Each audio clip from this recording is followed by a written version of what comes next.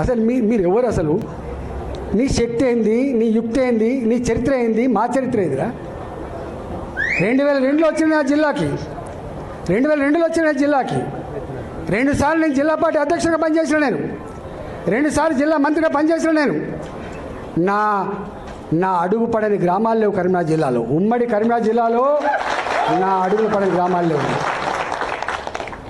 ఉమ్మడి కరీంనగర్ జిల్లాలో నేను కరీంనగర్లో ఉంటే పొద్దున ఉదయం పొయ్యి ముట్టిస్తే రాత్రి 12 గంటలకు కూడా ఆ పొయ్యి ఆరిపోయేది కాదు. ఒక్క హుజరాబాదు, ఒక కమలాపూర్ వచ్చిన వాళ్ళు కాదు బిడ్డ, మొత్తం కరీంనగర్ జిల్లా మొత్తం వచ్చేది. పక్క పంటున్న జిల్లాలు కూడా అప్పుడప్పుడు వచ్చిపోయేది.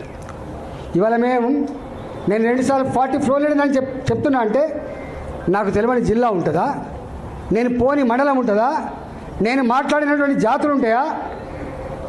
మీకు మా చరిత్ర తక్కువ తెలుసుకోడు కా, మీ చరిత్ర మీకు తక్కువ తెలుసు.